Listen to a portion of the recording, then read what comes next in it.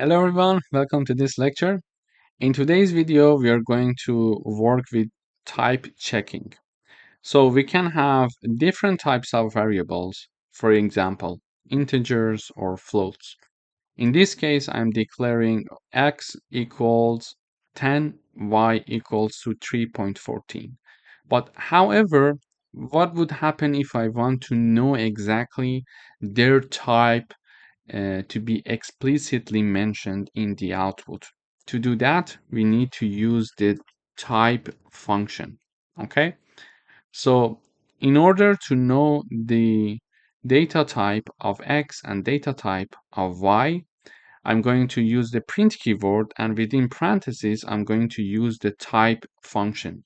Type, we use the type keyword, and then I'm having the variable in the parentheses that I want to know the type of.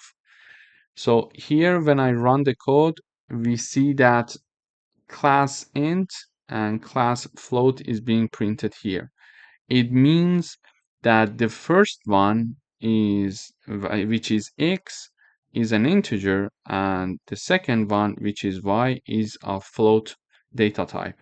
So basically, we used to use the print function like this. So it was going to print out the x for us. Okay. So now I'm using this function, type function, to know the type of my variable. And which variable? Okay, I want to know the type of x variable, or I want to know the type of y variable. Okay, this is how we can ask the compiler to give us the variable type of different variables. Thank you for watching.